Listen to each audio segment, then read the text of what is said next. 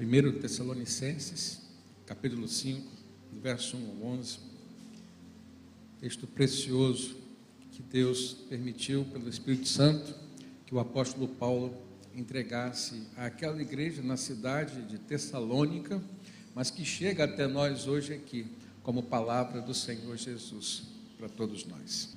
Diz-nos assim a palavra do Senhor, queridos irmãos: relativamente aos tempos e às épocas, não há necessidade de que eu vos escreva, pois vós mesmos estáis inteirados com precisão de que o dia do Senhor vem como ladrão de noite.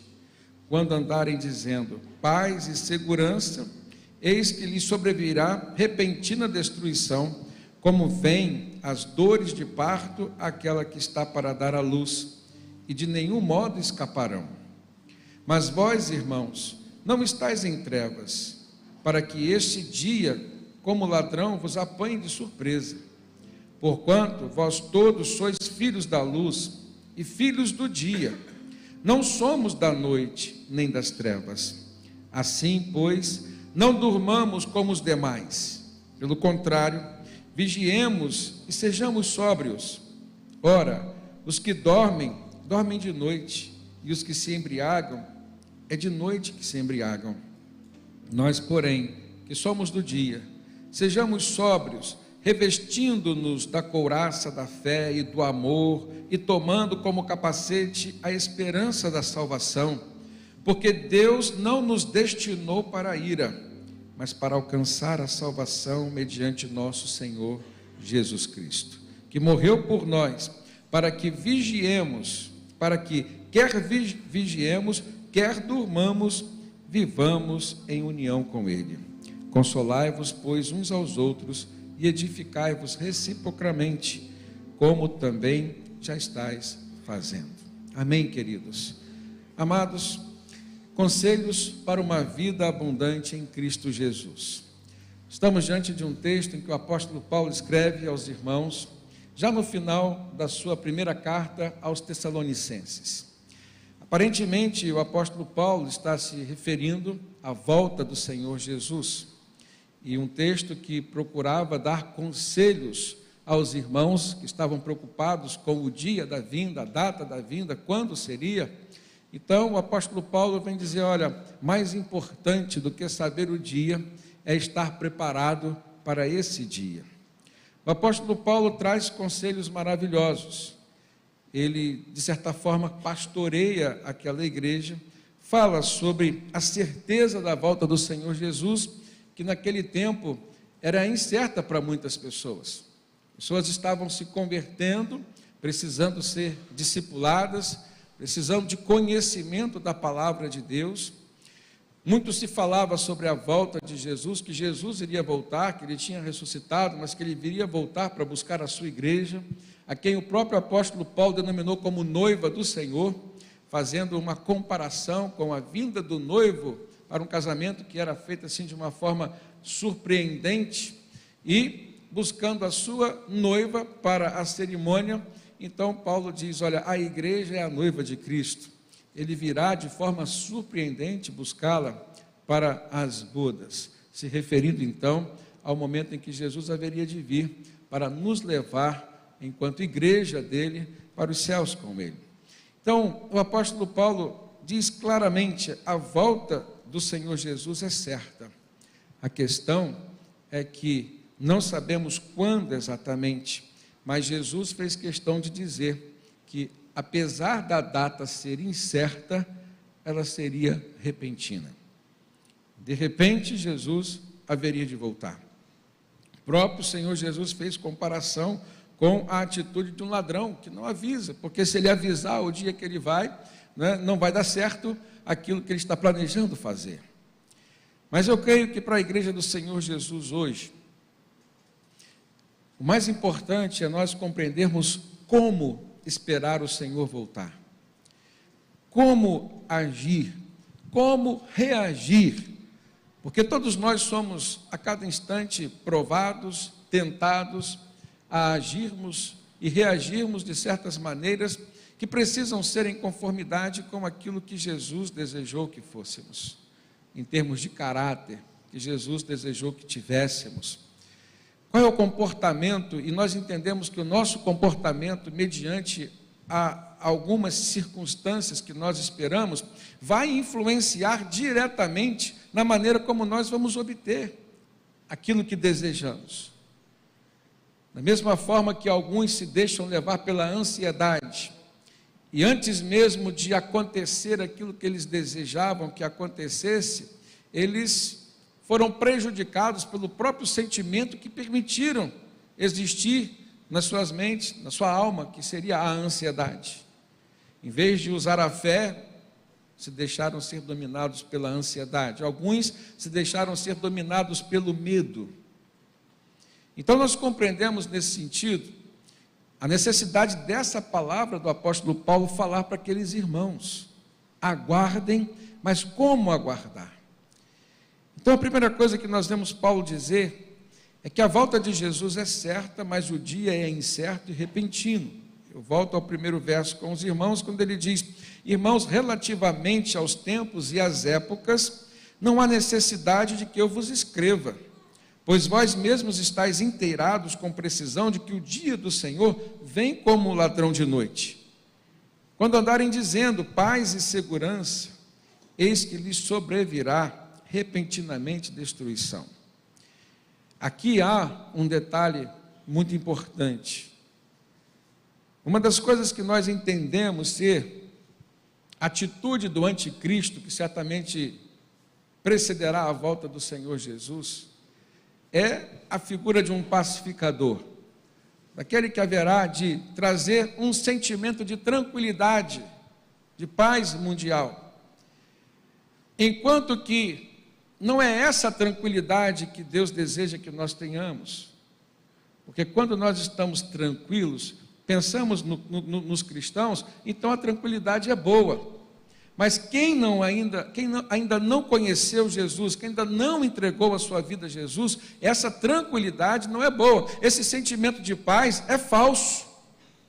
Esse sentimento de segurança é falso. Porque a nossa segurança está em Cristo Jesus. A paz que nós recebemos é a paz que Jesus, e só Jesus pode nos dar.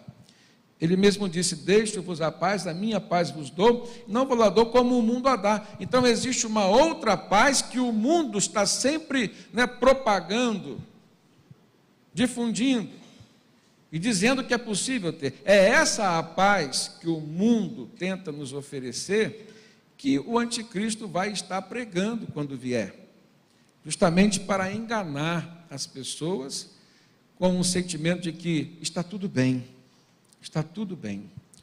quando na verdade não está. Só está tudo bem quando nós temos Jesus, quando entregamos a nossa vida a Jesus. Então o primeiro passo aqui, que nós entendemos ser importante para nós aguardarmos a vinda do Senhor Jesus, é sentirmos a verdadeira paz que só Ele pode nos dar.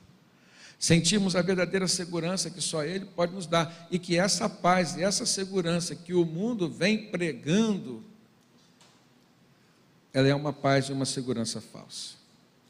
E eu creio que os irmãos já perceberam que o tema global que se prega e que se vem pregando agora é segurança, é paz.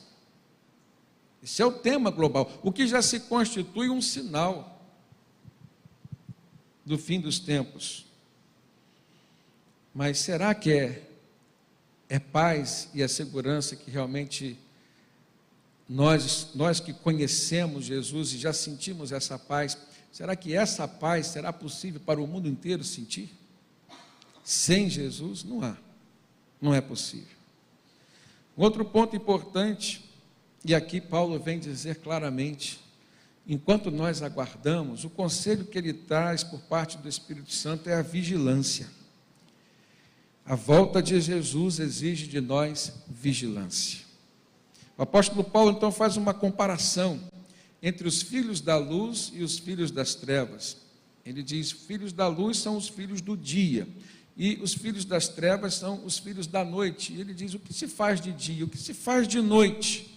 Olha para o verso 4 do texto, quando ele fala assim: mas vós, irmãos, não estáis em trevas, para que esse dia, como ladrão, vos apanhe de surpresa.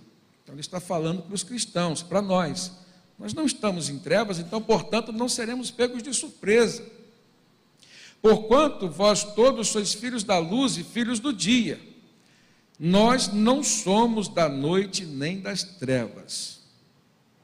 E aí cabe uma reflexão, será?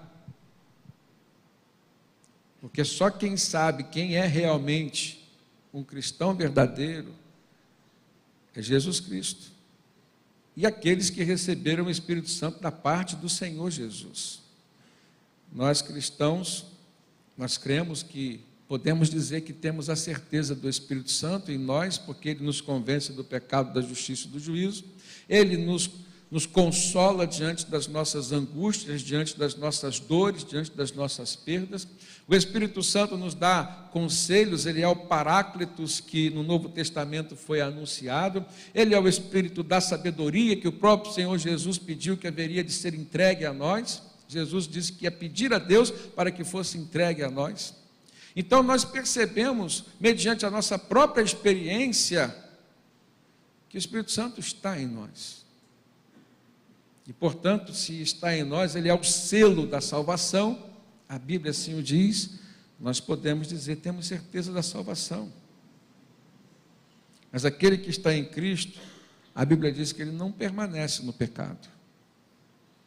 Nesse momento que cabe a reflexão, será? Será que todos? Jesus mesmo disse, muitos serão chamados, mas poucos serão escolhidos. Então, o apóstolo Paulo se aprofunda mais um pouco nessa questão, e no verso 6 ele diz, assim pois, não durmamos como os demais, pelo contrário, vigiemos e sejamos sóbrios. Ora, os que dormem, dormem de noite, os que se embriagam, é de noite que se embriagam, mas nós, porém, que somos do dia, sejamos sóbrios. E como fazer isso? Ele diz, revestindo-nos da couraça da fé e do amor, e tomando como capacete a esperança da salvação. Aqui o apóstolo Paulo fala sobre os filhos do dia. Interessante que Jesus, enquanto esteve com seus discípulos, ele falou assim, olha, vocês têm que procurar fazer as obras do meu Pai enquanto é dia, eis que a noite vem, quando ninguém mais poderá trabalhar, ninguém mais poderá fazer.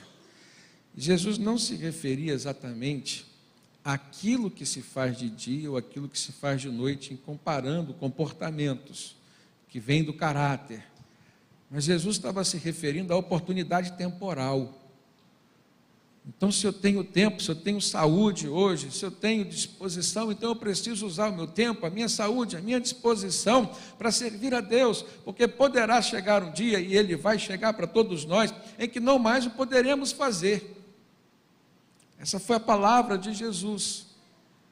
Agora o apóstolo Paulo, ele pega essa palavra de Jesus e ele aprofunda, ele diz assim, de fato, à noite não será mais o tempo de se fazer, até porque quem fica fazendo à noite faz aquilo que não compete e não tem coerência com a obra do Pai que precisamos fazer.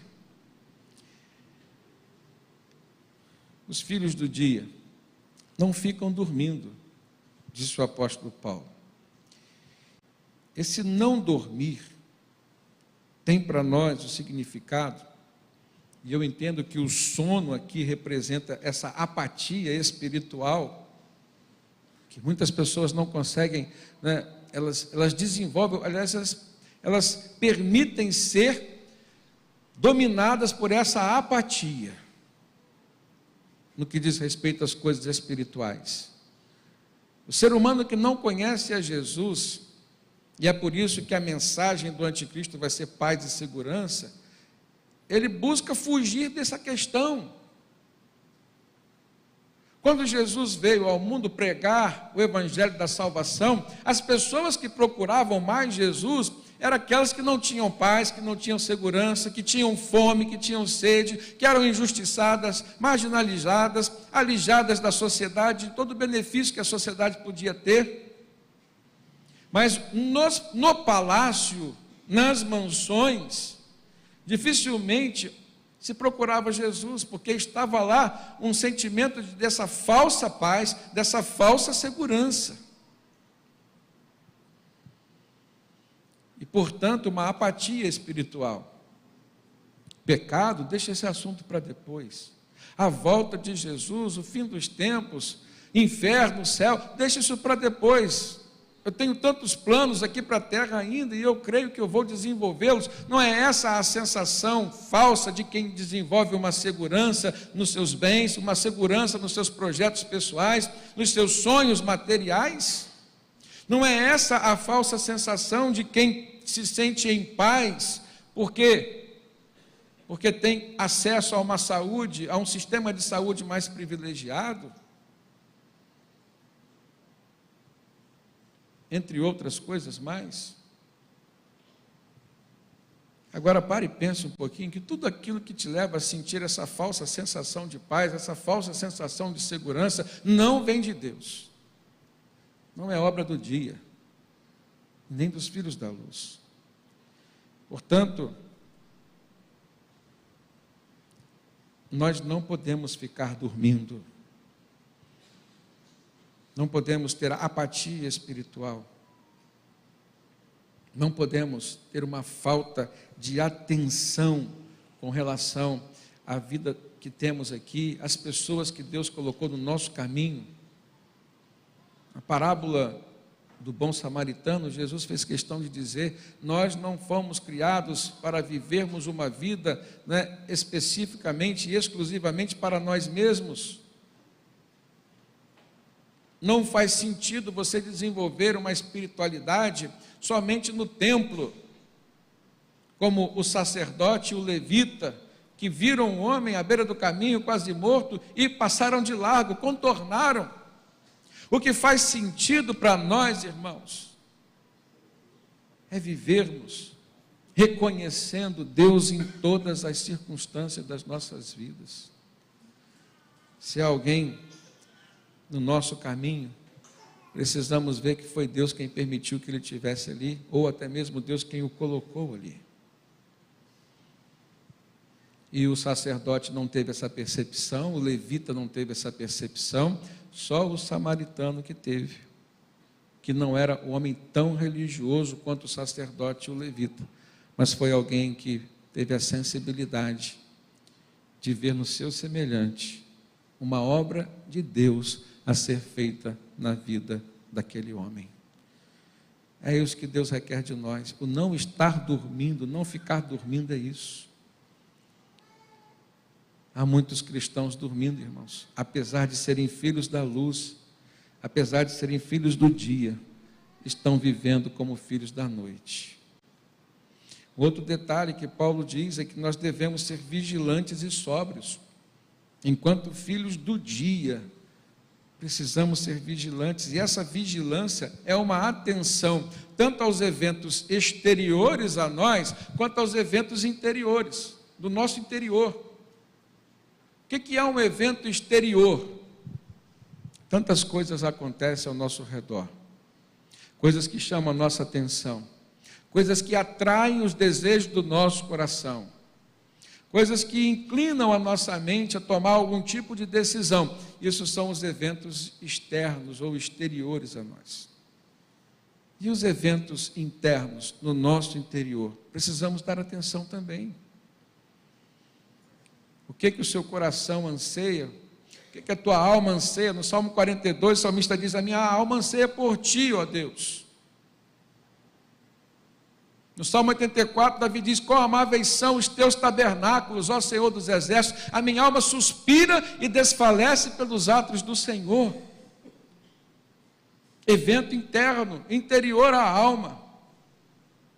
Agora, quantas vezes, seja honesto, e você percebeu que dentro da sua alma, dentro do seu coração, o intento não era bom? Não tinha coerência com quem é filho do dia. Por isso nós precisamos ter vigilância. Por isso Jesus disse para os seus discípulos: vigiem, orem, para que vocês não caiam em tentação. O espírito está pronto, é verdade, mas a carne é fraca. O próprio Senhor Jesus pastoreando os seus discípulos, irmãos. Lembrando que ali estava Pedro, Tiago e João. Poderíamos dizer, a elite do discipulado de Jesus. Os melhores alunos daquela escola apostólica. Vigiem e orem. A sobriedade. O apóstolo Paulo também diz que nós precisamos ser sóbrios, que é o equilíbrio que nós devemos ter nas percepções, nas compreensões e nas ações. Percepções, aquilo que você absorve, seus sensores, né, sejam eles emocionais, psicológicos, intelectuais, seus sensores, a percepção que você tem do mundo ao redor. Então você chega aqui no templo e você tem uma percepção. Qual é a percepção que você tem durante um culto? A presença de Deus, a presença inefável de Deus, a percepção que você tem enquanto você louva ao Senhor, né, de que Deus está aqui tão perto, eu estou falando com Ele, estou abraçando, estou sendo tocado por Ele. Há um louvor que me toca muito, e diz assim, quero ser como criança. E no refrão desse louvor, se pede um abraço, abraça-me, abraça-me. Olha que coisa linda, e é esse o sentimento de quem realmente louva e adora. Esse é o sentimento que a gente tem do abraço, do carinho, do afago. Essa é a diferença do louvor para uma simples canção. A canção não faz você sentir, não faz você perder a percepção da presença de Deus ao seu lado, sendo adorado, sendo elogiado por ti. Mas o louvor faz isso. A sobriedade exige de nós equilíbrio nas nossas percepções. Precisamos ser crentes maduros. Não ver o diabo em tudo, como tem muito crente vendo.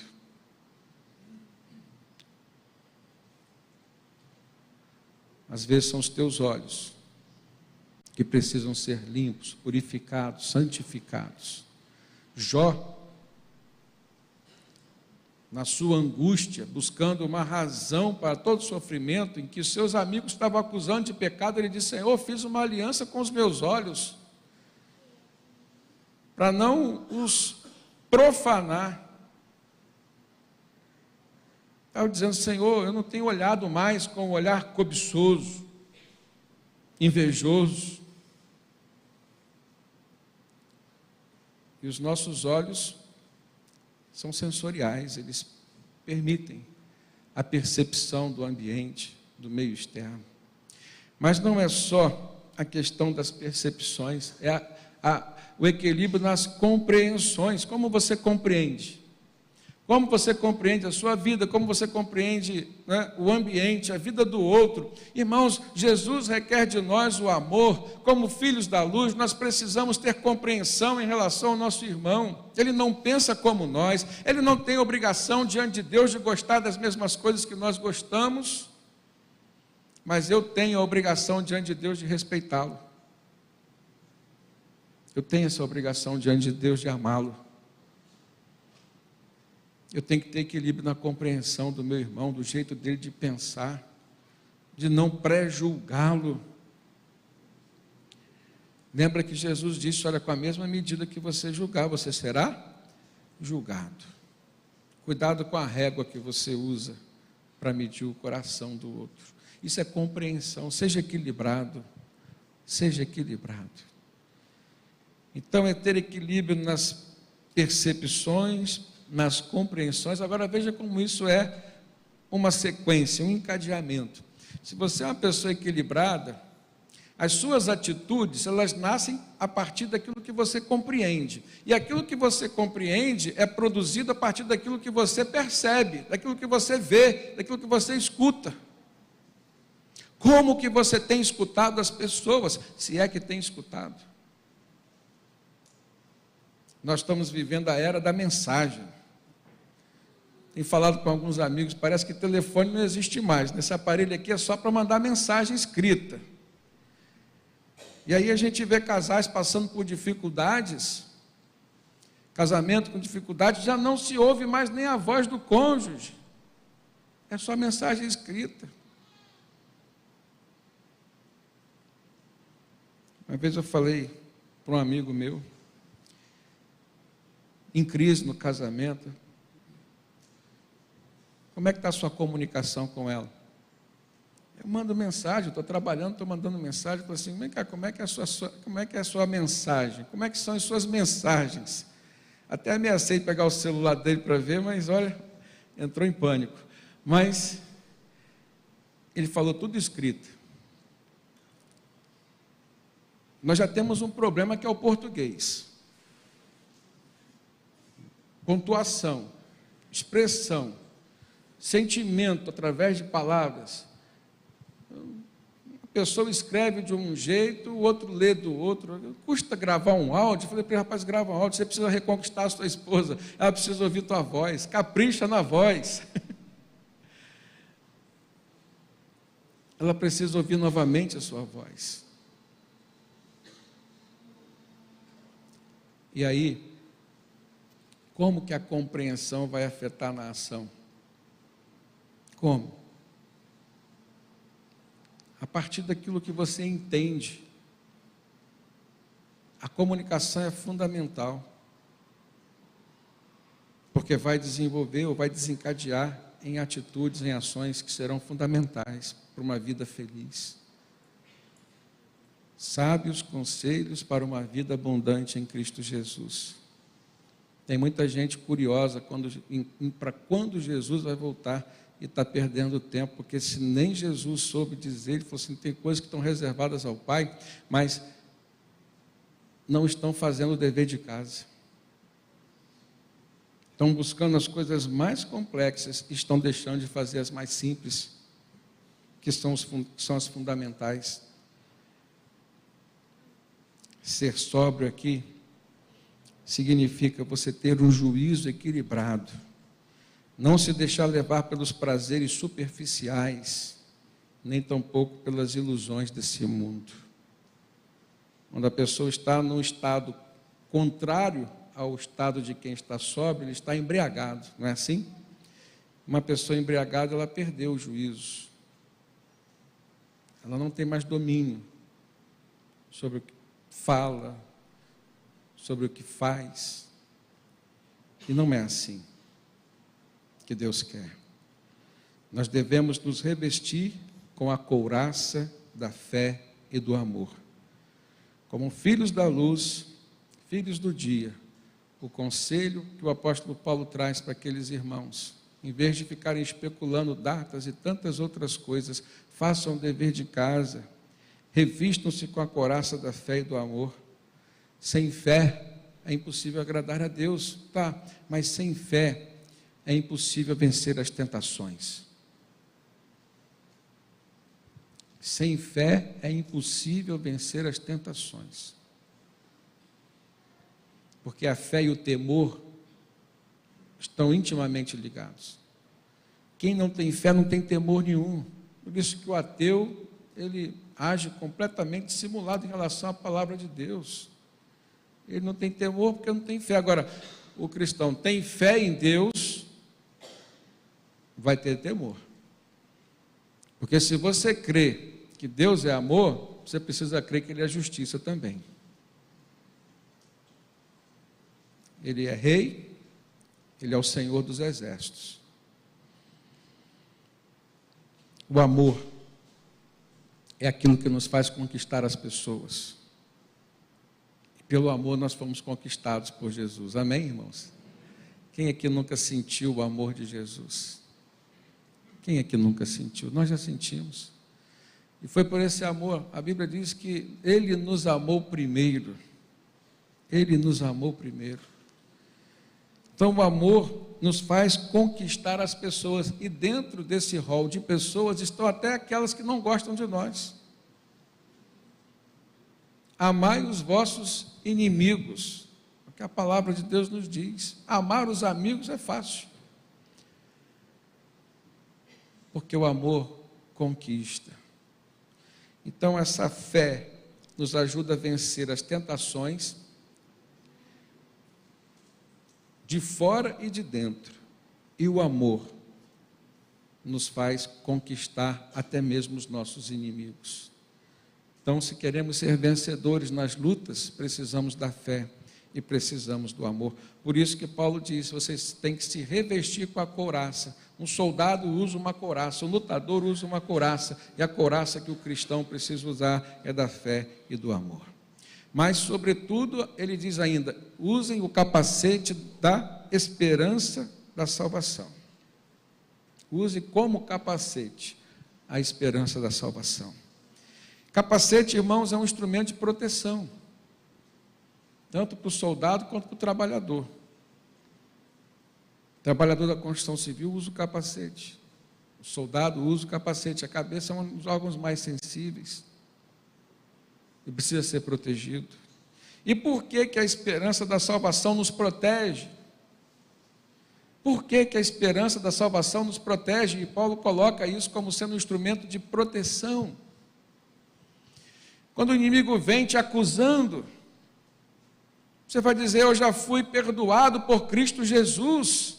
Nenhuma condenação há para aqueles que estão em Cristo, assim diz Romanos 8:1.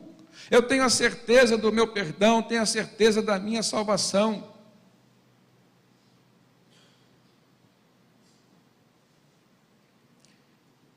Por isso que é um instrumento de proteção.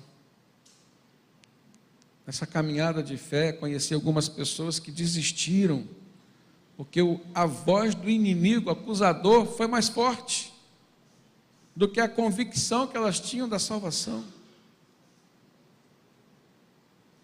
Agora, os filhos da noite, o apóstolo Paulo diz, eles ficam dormindo. Os filhos da noite ficam embriagados. Tudo ao contrário. E se nós estamos aqui falando basicamente para os cristãos, e é importante você refletir sobre isso, porque é para você também essa palavra, apesar de que você diga assim, eu sou filho do dia, e amém por isso, mas os seus comportamentos têm sido 100% como filho do dia? E aí eu pergunto, o apóstolo Paulo nos leva a fazermos essa pergunta, que tipo de sono tem prejudicado a nossa vida espiritual? Mesmo sendo filhos do dia, e quem fica dormindo é filho da noite, mas o sentir sono é comum aos dois. Os filhos da noite vão dormir, mas os filhos do dia são tentados pelo sono.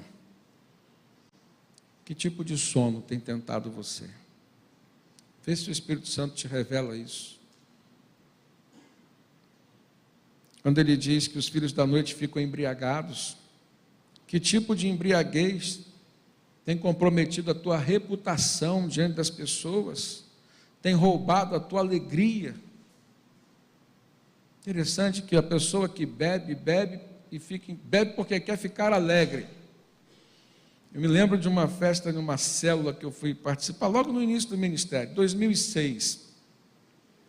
Final de ano, aquela célula que tinha tantos não crentes, inclusive eu convidei muitos, só eu levei uns 10. E uma alegria.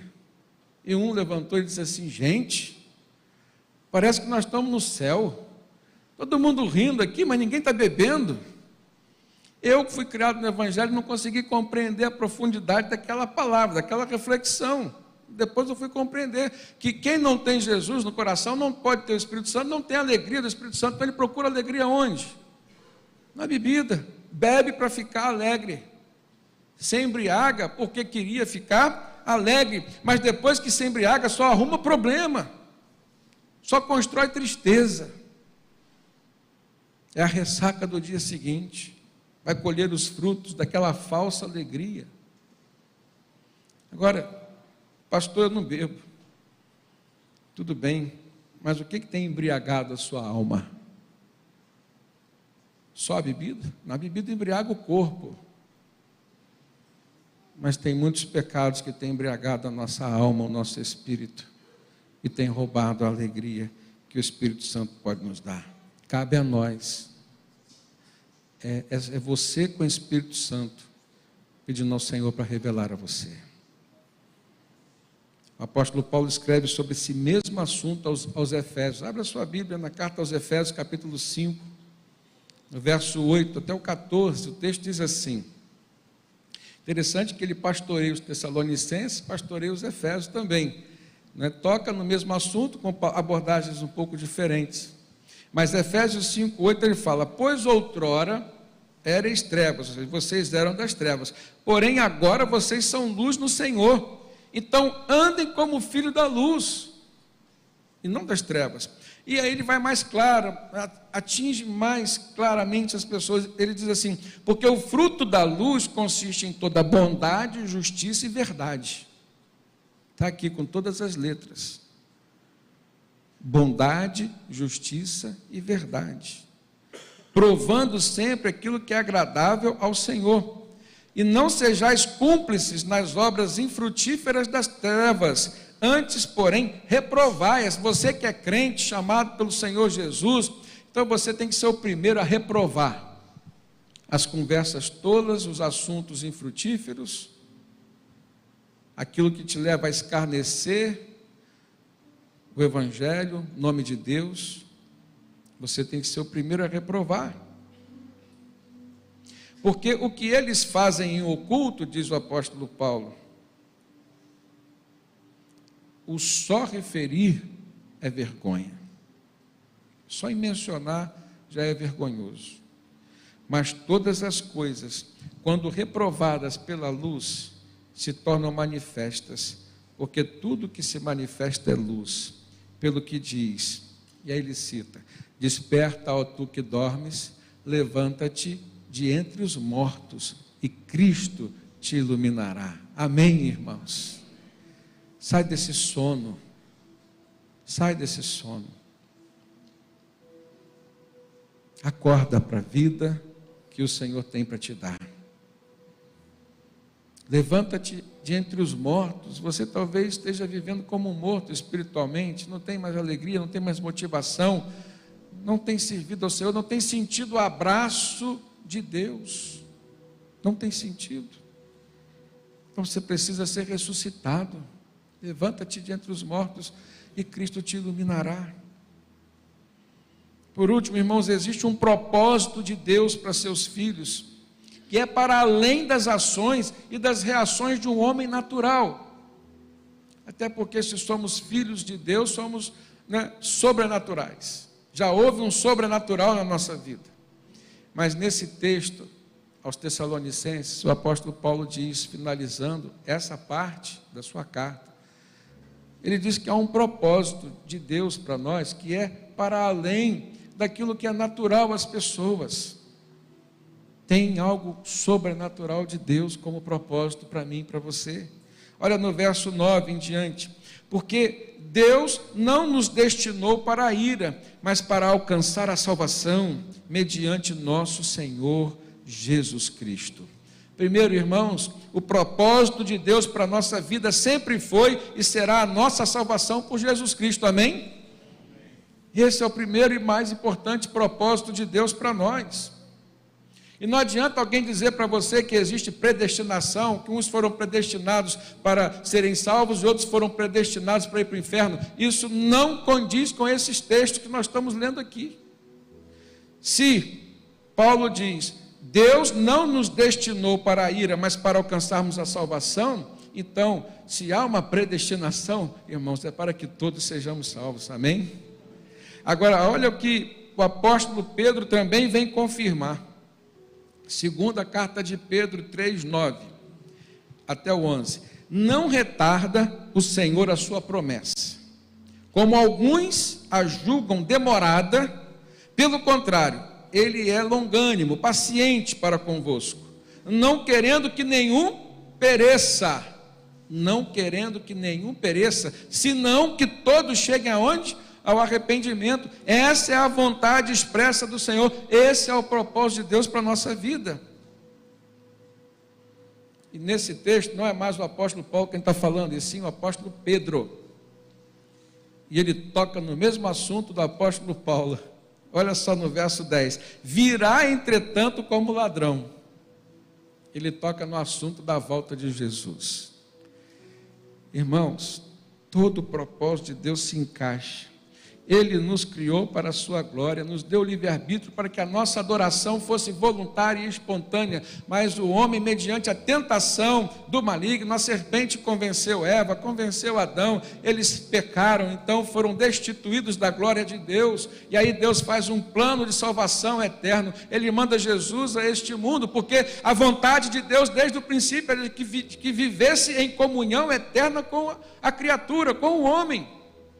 Então Ele quer agora resgatar. Então Deus não abre mão do seu propósito para nós, de vivermos eternamente com Ele. E portanto Ele manda Jesus a este mundo como uma ponte de religação. E aí você, no seu livre-arbítrio, pode aceitá-lo ou não. Mas o propósito de Deus continua, que você seja salvo.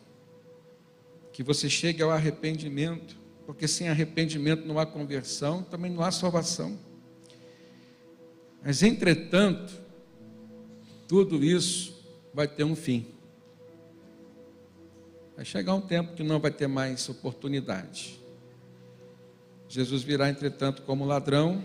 O dia do Senhor, verso 10, 2 Pedro 3:10. Virá, entretanto, como ladrão. O dia do Senhor, no qual os céus passarão como estrepitoso estrondo, e os elementos se desfarão abrasados, também a terra e as obras que nela existem serão atingidas. Visto que todas estas coisas hão de ser assim desfeitas,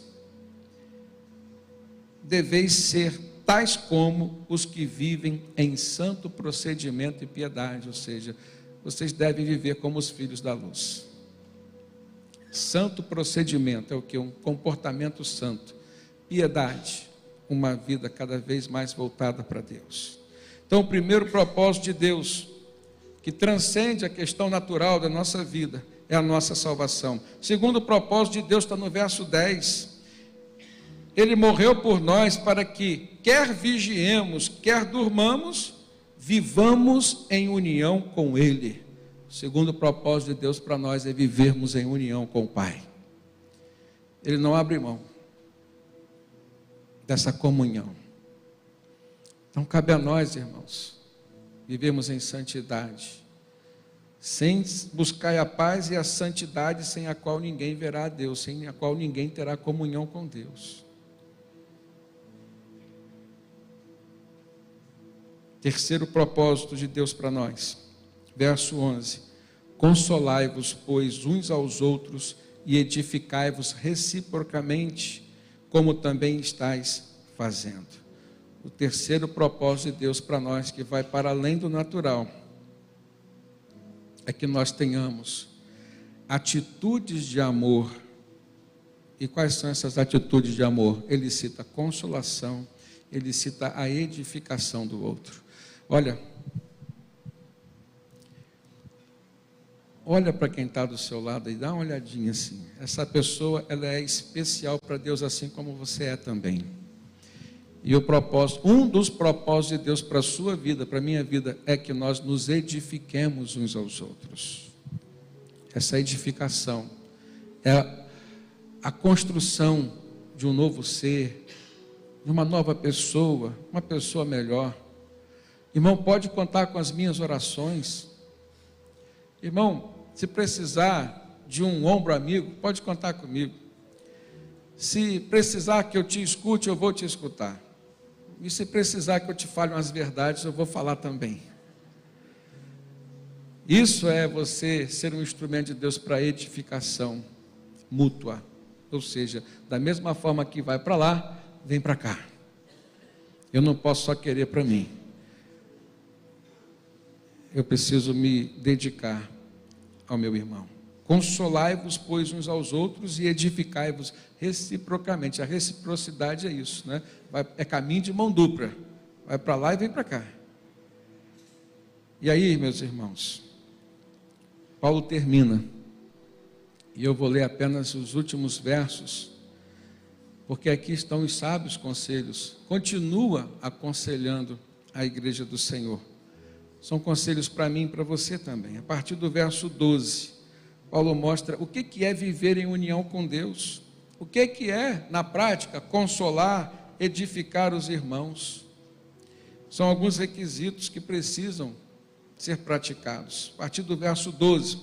Agora, vos rogamos, irmãos, que acateis com apreço os que trabalham entre vós e os que vos presidem no Senhor e vos admoestam, vos aconselham, e que os tenhais com amor em máxima consideração, por causa do trabalho que eles realizam.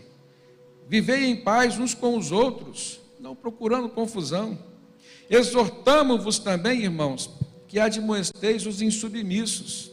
Você vê na sua caminhada, seja na sua família, né, um irmão seu que está sendo insubmisso ao seu pai. Se você vê na sua igreja um irmão que está sendo insubmisso ao pastor, a uma outra autoridade espiritual que Deus constituiu sobre sua vida, admoesta essa pessoa, ajuda essa pessoa, ela está com dificuldade. Evitai, no verso 15 diz, evitai que alguém retribua ao outro mal por mal, pelo contrário, segui sempre o bem entre vós, para com todos. Outro conselho, regozijai-vos sempre, sempre, busque uma razão para ser alegre, ser feliz, para se regozijar. Orem sem cessar, então não se afaste da oração.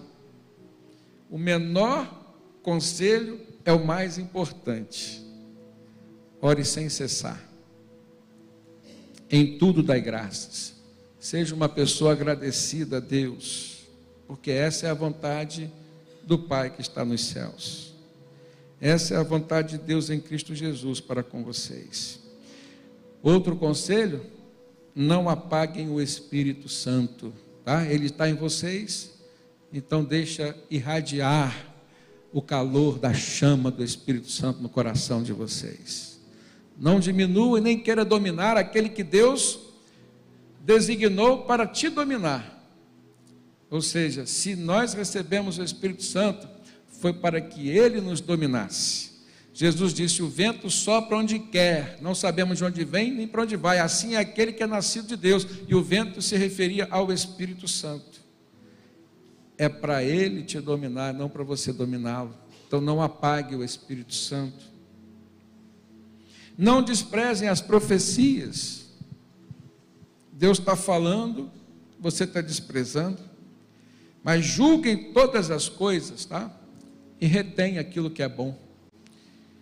Abstende-vos de toda forma de mal. Não negocie o caráter de Deus que Jesus te entregou. Não negocie. Tem prazer, mas se é mal ou se é do mal, rejeita. Rejeita isso. Mostre o valor que Deus tem para você. Se abstenha de toda forma do mal. Amém, queridos? Que Deus nos abençoe e que essa palavra frutifique na nossa vida, que possa transformar nossa mente, nosso comportamento, nosso coração.